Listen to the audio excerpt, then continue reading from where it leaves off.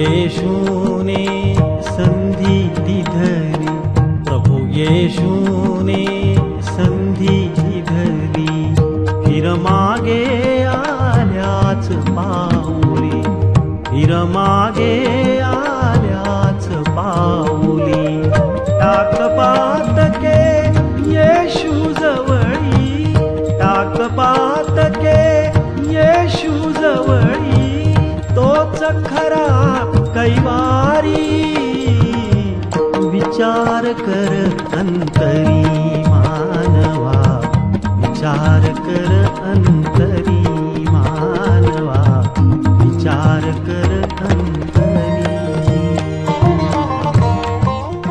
प्रियांनो, अनेक लोक स्वर्गाबद्दल वेगवेगळे विचार करतात। मरणानंतर स्वर्ग ठरलेला आहे असाही अनेकांचा समज आहे। स्वर्ग, मुक्ती, उद्धार, तारण या बाबतीतही अनेकांचे अनेक विचार आहेत। मुक्ती कोणास मिळणार व कोण युगानुयुगच्या नरकाग्नीमध्ये जाणार, हे सत्य फक्त तुम्हाला पवित्र शास्त्रातील अनेक वचनातून वाचावयास मिळते। त्यापैकी एक वचन म्हणजे इब्री लोकास पत्र अध्याय 9 व वचन 27 मध्ये असे लिहिले आहे, ज्या अर्थी माणसांना एकदाच मरणे व त्यानंतर न्याय होणे नेमून ठेवले आहे।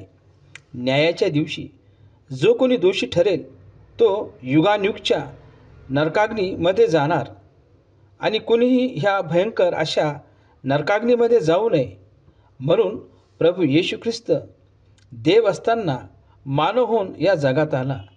सर्व जगाचे पाप त्याने स्वतः वधस्तंभावर वाहून नेले।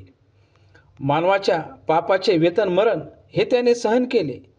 तो मरण पावला व देवाने त्याला तिसरे दिवशी मरणातून उठविले। त्याने मुक्ती मिळवली। स्वर्गात जाण्यासाठीचे तो द्वार ठरला। तारण आणि स्वर्गाचे राज्य फक्त प्रभू येशू ख्रिस्ताच्या द्वारेच आहे, कारण त्याने मानवजातीचे पापाचे वेतन मरण सहन केले म्हणून त्यालाच अधिकार आहे। तर चला, तारण, मुक्ती व स्वर्गाचे राज्य मिळवण्यासाठी व युगानुयुगच्या नरकाग्नीपासून वाचण्यासाठी त्याला अंतःकरणापासून प्रार्थना करूया। प्रभू येशू, मी पापी आहे, माझ्या पापासाठी तू मरण पावला।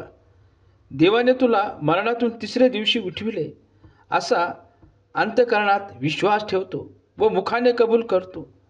प्रभू येशू, मी तुला माझ्या अंतःकरणात प्रभू म्हणून स्वीकारतो। देव करो न्यायाच्या दिवशी दोषी न ठरता प्रभू येशू ख्रिस्तावरील विश्वासाच्या द्वारे तुम्हाला सार्वकालिक जीवन मिळो।